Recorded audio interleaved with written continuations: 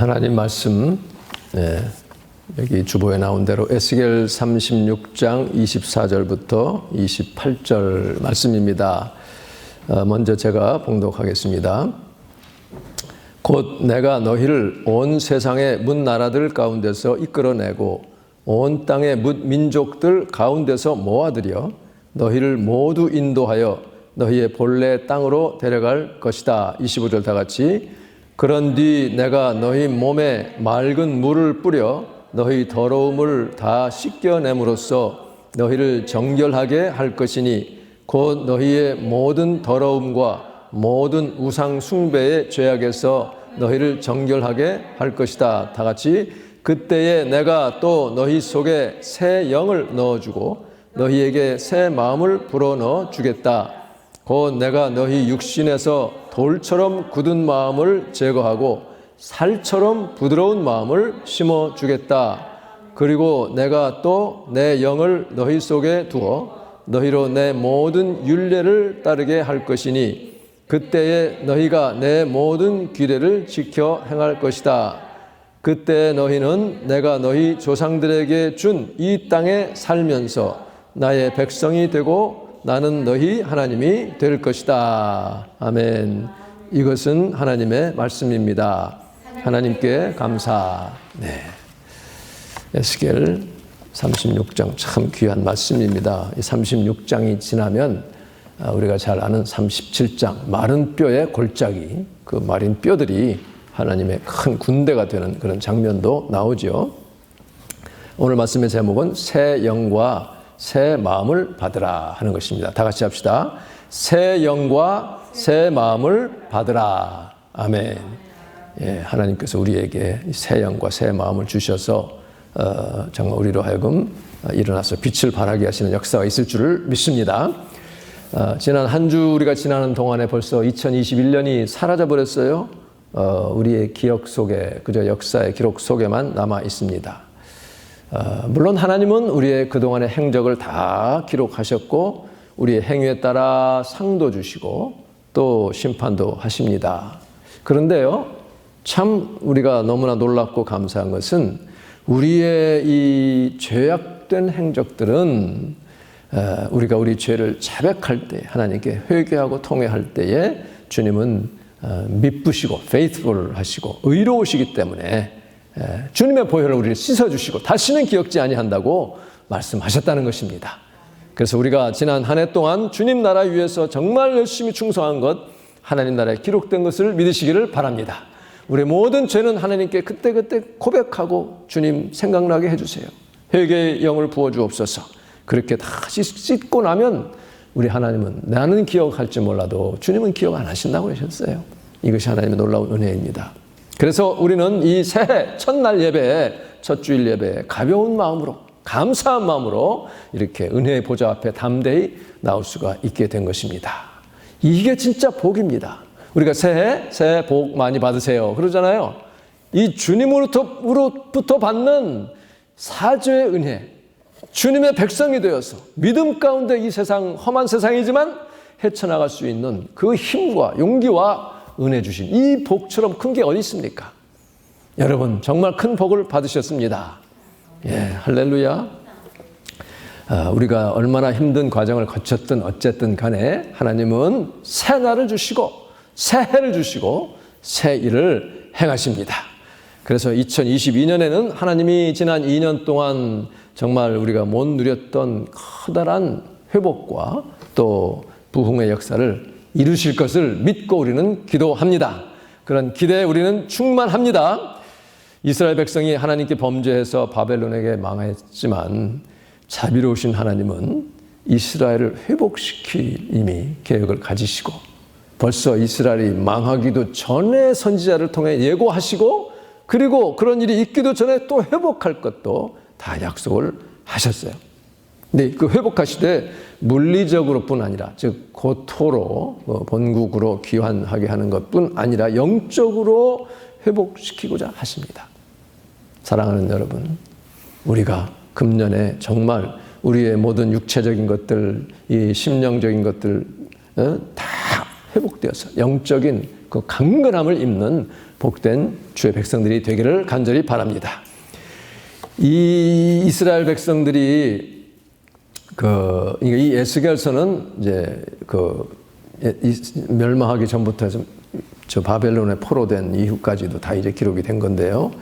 그때 이제 기록을 했는데 벌써 이 이스라엘 백성들이 북은 이미 망했고 이 남유다도 586년에 다 망해가지고 흩어짐으로 말미암아 바벨론은 포로로 잡히고 하는 말로 말미암아 하나님의 그 거룩하신 이름이 아주 더럽혀졌어요. 그래서 이 이스라엘을 침공해서 짓밟았던 그 나라들은 생각하기를 이 여호와라고 하는 신이 정말 별로 우리가 믿는 이 신보다 좀 별로다. 우리의 신이 더 위대하다. 이렇게 하고 있을 거란 말이죠. 하나님이 그것을 그냥 두고 볼 리가 없습니다. 그래서 오늘 본문에 하나님은 약속을 하시는 거예요. 이제 너희들을 회복해서 다시 오게 할 것이요. 너희들에게 새 영을 부어주고 새 마음을 주어서 그렇게 되면 너희가 이제는 전에 못 지켰던 내 율례를 지켜 행하게 될 것이다. 그렇게 되면 이제 나는 너희 하나님이 되고 너희는 내 백성이 되리라. 이런 약속을 하십니다. 그래서 이 약속의 말씀이 오늘 우리에게도 믿는 우리에게 임할 줄을 믿으시기를 바랍니다. 첫 번째 약속은 뭐냐면 이스라엘 백성을 흩어진 데서 다시 불러 모아서 그들의 고토로 드리겠다고 하는 그런 말씀이에요.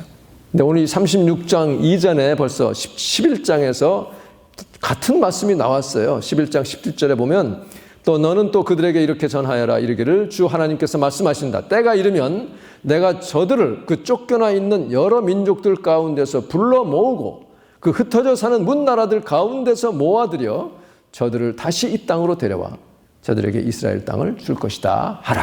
벌써 이렇게 약속하셨습니다. 지난 주간에 우리 김준호 목사님이 이사야 60장 말씀을 이렇게 올리셨을 때 참 감사했습니다. 제가 정말 사모하는 계속해서 위해서 기도하는 그런 내용인데 한 성령님께서 이 말씀을 저희들에게 주셨잖아요. 예루살렘아 일어나 빛을 비추라. 일어나 빛을 발하라. 마침내 구원의 빛이 내게 비추었고 주의 영광이 내 위에 떠올랐다. 어둠이 지금 온 땅을 덮고 있고 지금 그렇잖아요. 캄캄한 어둠이 온 세상 만민을 지금 덮고 있는데 그럴지라도 오직 내 위로는 주의 빛이 찬란히 떠오르고 주의 영광이 너를 환히 비추고 있으니 여러분 지난 성탄절을 지나고 새해를 지나면서 주님의 영광의 빛을 많이 받으신 줄로 믿습니다.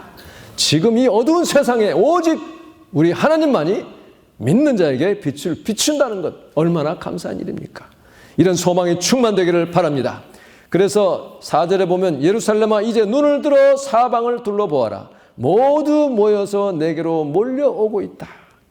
내 아들들이 멀리서 오고 있고 내 딸들이 팔에 안겨 내게로 오고 있다. 그래서 내 얼굴은 기쁨에 겨워 환히 빛나겠고 내 가슴은 환희에 벅차 터질 듯 고동칠 것이라고 약속하고 있습니다. 이런 놀라운 역사가 금년에 주님으로부터 임할 줄 우리는 분명히 믿습니다. 그뿐 아닙니다. 문민족들의 풍부한 재물이 바다 건너 내게로 밀려들겠고 문 나라들의 많은 재물 또한 내게로 흘러 들어올 것이라고 말씀하고 있습니다. 우리가 이 무슨 health, wealth, prosperity 가스펠처럼 name it, claim it, 그럼 you get it 그런 게 아니에요. 네가 원하면 다 구하면 다 주겠다. 자기 자신의 어떤 부를 축적하기 위한 것이 아닙니다. 하나님의 나라 위해서 주님의 나라 크게 세우기 위해서 주님께서 필요한 것을 채워주시기로 약속하셨습니다. 여러분의 삶에도 그런 놀라운 은혜와 축복이 임하기를 주님의 이름으로 축원합니다. 그리고 두 번째 약속은 뭐냐면 그의 백성을 정화시키고 정결하게 씻어서 그 전에 정결치 못한 것을 다 없이 하겠다고 약속하셨어요. 여기 보면 맑은 물로 씻으신다고 말씀하십니다.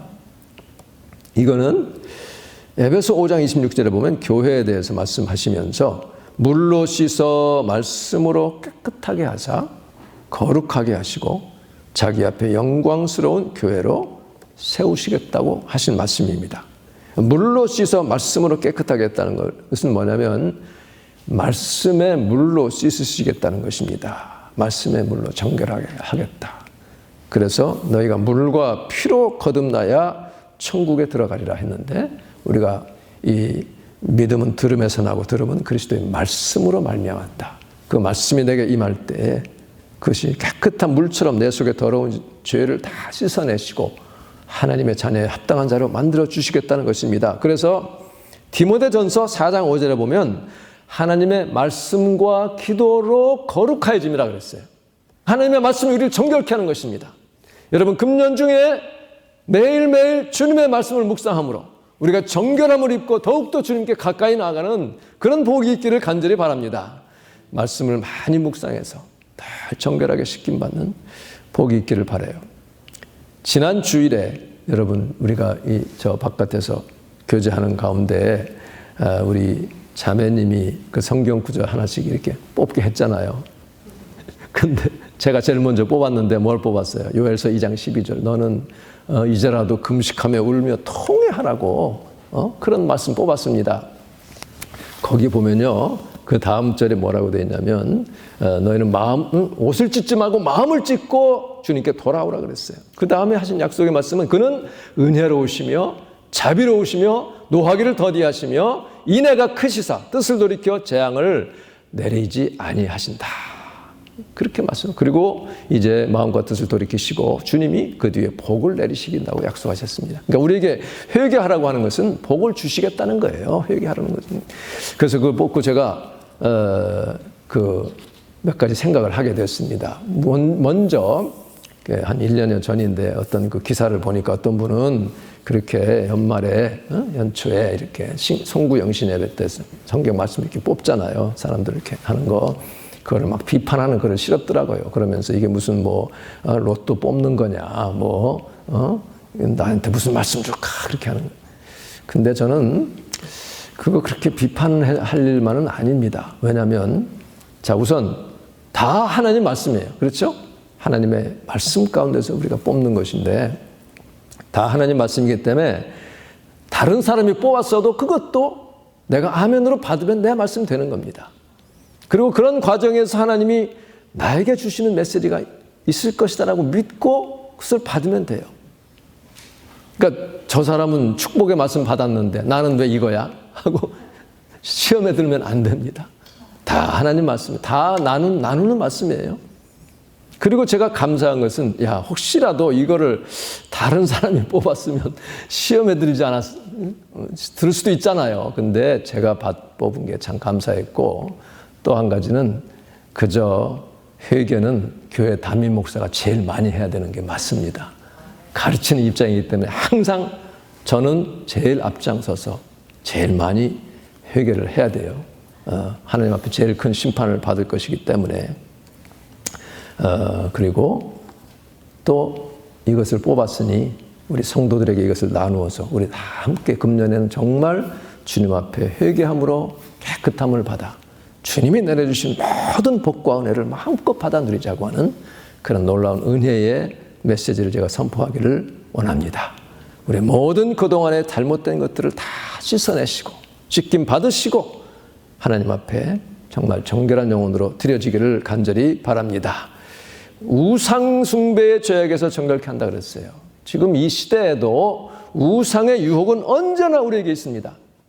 어젠가 뉴스를 보니까요, OECD 국가들인지 하여튼 그 선진국들 가운데서 설문조사를 했는데 유일하게 한국 사람들만이 2022년 새해 소원 가장 가치 있다고 생각되는 것을 돈이 풍성한 거, 이렇게 뽑았다는 거예요. 얼마나 참 창피한 일인지 모릅니다. 얼마나 사람들이 그냥 돈에 이렇게 정말 시달렸으면, 돈이 좀 많았으면 이거를 제일로 뽑았다는 것입니다. 한국이 어쩌다 저렇게 됐는가. 돈이라고 하는 것은 우리의 밑에서 지배를 받을 때만 우리를 섬깁니다. 유용하고 우리에게 정말 좀 필요한 것들을 이렇게 주는 것이지, 우리가 돈 밑에서 섬기면 그건 벌로 끝나는 거예요. 폭군이 되고 우상이 되는 것입니다. 돈을 섬기는 것, 정말 회개를 해야 되는 것이죠. 이렇게 우리에게 물로 씻고 정결한 마음을 주시겠다고 약속하셔요. 그리고 새 마음과 새 영을 주어서 우리에게 돌 같은 마음, 굳은 마음을 제거하고 부드러운 살 같은 마음을 넣어주리라고 약속하시네요. 이게 얼마나 귀한 말씀인지 모릅니다. 그래서 오늘 제목이 새 마음과 새 영을 받아야 된다고 하는 말씀이에요. 11장에도 반복하고 또 18장에도 반복하고 36장에 또 나옵니다. 11장 19절에 그때 나는 저들에게 새 마음을 주고 저들 속에 새 영을 불어넣을 것이다. 또 그들의 몸에서 돌같이 딱딱한 마음을 제거하고, 이거 정말 우리가요 예수 믿고 교회 다닌다고 해도 돌같이 굳은 마음 가진 사람들이 있다니까요. 나는 안 그런지를 우리가 살펴야 돼요. 그 대신에 살같이 부드러운 마음을 심어주겠다고 약속하셨습니다. 고집스럽고 참 단단한 마음, 주님의 말씀이 임해도 내 생각, 내 판단이 더 옳다고 생각하는 그런 마음들이 없지 않습니다. 내 마음대로 믿으려고 하는 이런, 그럼 내 생각이 하나님 말씀보다 더 위에 있다는 것이죠. 그러니까 이 돌 같은 마음을 뭐라고 되어 있냐면 아주 그 stubborn, 아주 고집스러운 그런 마음이라고 그랬어요. 그런데 그것을 제거해 주신다고 그랬어요. 우리 회개하면 이거 다 제거받습니다. 그래서 회개가 참 귀한 것입니다. 살 같은 마음, 부드러운 마음이에요. 부드러운 마음. 이 소고기에 보면 살코기가 있는가 하면 기름덩어리도 있고 또 질긴 그런 심줄도 있고 뼈도 있잖아요. 뼈 같은 것이 아니라 살코기 같은 부드러운 마음. 이것은 뭐냐면 아주 부드럽고 또 하나님 말씀에 선선히 응답하는, 반응하는 responsive heart입니다. tender, responsive heart. 잘 반응하는 그런 마음을 우리에게 주시겠다고 하는 거예요. 그러니까 우리가 주님 앞에 이 말씀을 대할 때 주여 내게서 이 단단한 돌 같은 마음, 완악한 마음을 다 제거하여 주시옵소서. 주님만 말씀대로 내가 순종하기 원합니다. 내 마음대로 안 됩니다. 도와주시옵소서. 그렇게 주님께 기도하고 읽으면요 달라집니다. 확실히 달라져요. 그러면 아멘 알겠습니다. 주님 말씀대로 하기를 원합니다. 도와주세요 하면 반드시 주님이 도와주십니다. 베드로가 밤새 고기 낚았는데 한 마리도 못 잡았을 때 예수님이 배에 올라가지고 저 깊은 데로 던지라 그랬잖아요. 그때 베드로가 얼마나 고집이 센 사람입니까? 사람이라고도 못할 정도 두 마디 있죠. 니은자. 그런 뼈가 굵은 사람인데 아니 어디 젊은 물고기 한 번도 못 잡은 분 같은 분이 그래 던지라고 하니 자기 고집대로 했으면 안 던졌죠. 그러나 예수님이 말씀하시니 그 말씀에 의지하여 던지겠습니다. 던졌단 말이에요. 순종했어요. 이게 살 같은 마음입니다. 만일에 베드로가 그때 자기 그 단단한 고집을 그냥 부렸으면 어떻게 됐겠어요? 한 마리도 못 낚은 채 그의 인생은 그냥 이렇게 흘러가서 우리가 베드로란 이름조차도 알지 못하는 그런 존재가 됐을 거 아닙니까? 우리 마음이 완고하거나 좀 단단해질 때마다 주님 앞에 주여 부드러운 마음 주옵소서 기도하기를 우리는 간절히 소원합니다. 그래서 우리에게 필요한 것이 회개. 에스겔 18장 30절에 말합니다. 너희는 회개하라. 이제라도 너희 악한 길에서 돌이켜 회개하고 죄악에서 떠나라고 말씀해요. 그래야 너희가 걸려 넘어지지 않고 멸망하지 않으리라고 말씀을 하십니다. 그리고는 그 다음 절에 너희 모든 죄악을 떨쳐버리고 너희를 새롭게 하여 새 마음과 새 영을 가져라고 말씀하시고 새 마음과 새 영을 주겠다고 하시고 또 가지라고 하시고 그 다음에 또 넣어준다고 약속하십니다. 여기 연결되는 것이 바로 회개라고 하는 것입니다. 요즘 이게 회개 얘기하면 교회들이 안 좋아해요. 그래서 미국 교단 특히 자유주의적인 그런 교회에서 들리는 얘기는 그 목사가 자꾸 회개하라 그러면 쫓겨난답니다. 듣기 싫어갖고 너 왜 자꾸 우리 이렇게 부담을 주냐, 왜 이렇게 스트레스를 주느냐. 그러나 회개라고 하는 것은 우리를 정죄해서 지옥에 보내려고 하는 게 아니죠. 오히려 복의 문을 열어주시기 위해서 우리에게 선결돼야 할 것이 회개이기 때문에 그렇습니다.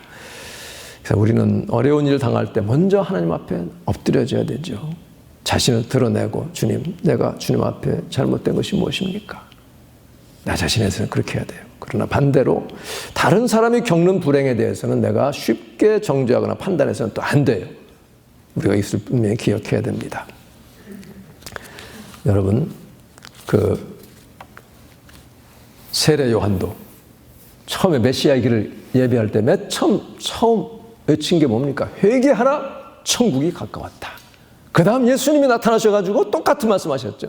회개하라, 천국이 가까이 왔다. 왜 회개해야 돼요? 천국을 맛보게 하기 위해서 회개하라는 것입니다. 현대 심리학에서는 이 죄라고 하는 것을 아주 가볍게 취급합니다. 죄의 심각성을 아주 다 흐려버렸어요. 죄라는 게 다른 게 아니고 자존감의 문제야. 어렸을 때 부모님으로부터 너무 꾸중을 심하게 들어서 부적응돼가지고 그냥 이렇게 한 거지. 자아상이 왜곡된 거니까 내 자아상을 그렇게 넓혀주면 그러면 그것도 이제 행동도 다시 좋아질 것이다. 도움도 됩니다. 뭐 전혀 안 된다는 게 아니에요. 그러나 이 심리학으로 절대 해결할 수 없는 것이 인간의 죄의 문제입니다. 죄는 죄로, 잘못은 잘못으로 죄의 심각성을 알려주는 것이 진정 그를 위하는 길입니다. 그리고 그 해결책, 정말 깨끗하게 해결받을 수 있는 것이 회개라고 하는 것을 우리가 알아야 되죠. 왜냐하면 죄의 삭은 죽음이요, 하나님의 선물은 우리 주 예수 그리스도 안에서 누리는 영원한 생명이기 때문입니다. 새 영, 새 마음이 주어지면 우리에게 어떤 일이 일어나는가? 여러분, 그러면 무엇보다 중요한 것은요, 영적인 분별력이 생깁니다. 여러분, 주님으로부터 새 영을 받으시고 새 마음 받으셔서 지금의 상황을, 이 세상 돌아가는 것과 여러분 자신의 어떤 앞으로의 길의 모든 것에 분별력이 생기기를 주님의 이름으로 축복합니다. 이게요, 우리 믿음 생활에 얼마나 중요한지 몰라요. 영적인 자산입니다. 자산. 하나님께 여러분은 지금 많은 영적인 자산들을 받으셨어요. 믿습니까? 예, 이 귀한 자산. 앞으로 더 큰 복, 더 많은 자산을 받을 수 있는 것, 여러분 믿으시기를 바랍니다. 그 약속, 하나님의 약속에 이르기까지 잠시 후 견디는 시간이 필요합니다. 시간이 많이 가기 때문에 다음에 이어서 하겠습니다. 정말 이 영의 눈, 분별력 생기는 것이 얼마나 귀중한 일인지 몰라요. 간단히 한 가지만 얘기하면 2차 대전 때 영국의 챔벌린 수상이 있었잖아요. 그때의 이 수상은 히틀러의 그 간악성, 아주 그 흉악한 것을 잘 못 봤습니다. 그래서 히틀러랑 그냥 협상해서 잘 달래면 또 그래서 땅을 좀 다른 나라 땅을 이렇게 그냥 허락해주고 그랬어요. 그런데 처칠, 윈스턴 처칠 경은 저거 아니야, 저렇게 하면 안 되지, 이렇게 생각했습니다. 그래가지고 결국은 전쟁 난 후에 1940년 5월 10일에 윈스턴 처칠로 바뀌었어요. 챔벌린이 이제 내려가고 그가 취임하는 그날 독일이 프랑스를 침략을 해버렸습니다. 그래서 이제 바로 그 영국의 정예 부대를 파견해 수십만 명의 정예 부대를 이제 파병을 했습니다. 했는데 그만 독일이 그 블리츠크리그라고요, 전격 뇌격 작전, 얼마나 강력한 전차 부대를 가지고 속전속결해가지고 적진을 괴멸시켜서 정신 못 차리게 해서 갈라놓고 도망가게 하는 그 작전을 처음에 썼습니다. 그러니까 거기에 진격했던 영국군이 사방으로 몰려가지고 그만 그 덩커크라는 해안지경으로 다 몰려들어요. 이제 조금만 지나면 48시간 안에 이것을 해결하지 않으면 전멸하든지 다 항복하든지 영국군은 괴멸되는 거예요. 그 정예 부대가 거기 갔으니까 전쟁 끝나는 것입니다. 다 이제 영국이고 뭐 유럽 전역이 나치 발구발에 밟히게 됐어요. 그때에 바로 두 사람이 여기서 주목이 되는데요. 헬리팩스라고 하는 그 상원 지도자가 있었어요. 이 사람이 외교부 장관 하다가 지금 상원 지도자가 된 이 헬리팩스하고 조세프 케네디, 그 영국의 대사로 온, 미국의 대사로 온 존 F 케네디의 아버지 조세프 케네디 두 사람은 딱 짜가지고 본국의 허락도 없이, 또 헬리팩스도 전쟁 그 내각의 어떤 허락 상의도 없이 독일하고 협상을 하려고 했습니다. 그래서 영국 땅 좀 내주고 이렇게 해서 좀 마무리하자, 좀 달래자, 이렇게 그런 뒷거래를 이제 막 시작을 한 거예요. 무솔리니랑 상의해가지고 이렇게 내주면 그러면 독일이 물러나겠지, 이렇게 생각했습니다. 그러나 처칠은 독일의 그 히틀러의 그 계략을 다 꿰뚫어 보고 있었어요. 그래서 아니다, 이럴 수는 없다, 끝까지 싸워야 된다, 반드시 이 영국군을 구해야 된다. 근데요, 이런 그 안목과 또 거기 영국의 그 민간인들까지 그냥 배를 동원해가지고 불가능한 그 작전을 해냅니다. 거기에는 하나님의 은혜가 있었어요. 날씨를 흐리게 해가지고 독일의 그 폭격기 부대, 루프트와페라고 하는 그 폭격기가 뜨지 못하도록 며칠 동안을 하나님이 날씨로 그냥 흐리게 해서 그동안에 다 빠져나와 거의 다 이렇게 다시 본국으로 귀환시키는 그런 작전을 성공리하게 됩니다. 그래서 영국이 반격할 수 있는 힘을 기르고 결국은 2차 대전을 승리로 이끄는 첫, 말하자면 그 기선을 잡게 된 것입니다. 헬리팩스는 현실주의자예요. 리얼리스트입니다. 합리성에 근거해서 이거 보니까 영국 끝났어. 또 조세프 케네디도 영국이 이제 끝났구나. 그래서 지금 협상하자고 마귀랑 협상하는 거예요. 그러나 처칠이나 이런 사람들은 이것이 얼마나 악한 존재인가. 만일에 히틀러에게 요만큼 내주면 그걸로 끝날 게 아니라 다 잡아먹을 거라는 것을 알고 있었습니다. 그래서 우리는 최후의 일인까지 싸우다 죽더라도 우리는 싸워서 이겨야 된다, 이렇게 얘기를 했죠. 이 처칠이 참 그때 사면 초과였어요. 자기네 당 안에서도 인정 못 받고 비판받고 잘못된 일도 많고 막 그래가지고 그랬지만 그의 뚝심으로 결국은 영국이 이기게 됐고요. 헬리팩스는 그때 영국에서의 정치 생명은 끝나서 미국 대사로 가는 걸로 그냥 정리가 됐고, 또 조지 케네디도 대통령 되기를 원했으나 그 일로 더 이상 하지를 못하게 됐습니다. 만일에 그 서 윈스턴이 대세를 그저 보고 합리적으로 판단해서 주저앉았다면, 독일과 협상했다면, 역사가들은 평가하기를 영국뿐 아니라 유럽 전체가, 나아가서 전 세계가 어둠에 휩싸였을 것이고 지금의 세계는 전혀 상상할 수 없는 다른 세계가 됐을 것이라고 말합니다. 이렇게 누구의 눈으로 보느냐, 이게 얼마나 중요한지 몰라요. 여러분, 인생 합리적인 것으로만 판단하면 안 됩니다. 물론 그게 필요하죠. 그거 전혀 무시할 수 없습니다. 그러나 정말 중요한 때, 내 인생에 그 앞길이 달려있는 이러한 문제들은 영적인 눈이 있어야 되고요. 또 끝까지 버티는 끈기가 있어야 됩니다. 다음에 계속 하겠습니다. 여러분, 이 미약한 이 교회지만 여러분에게 영적인 눈이 뜨기를 바랍니다. 끝까지 이기는 정말 끈기 있는 믿음의 사람이 되어서 하나님이 반드시 열어주실 새날을 믿음의 눈으로 바라보는 복된 여러분과 저가 되기를 주님의 이름으로 축복합니다. 기도하겠습니다.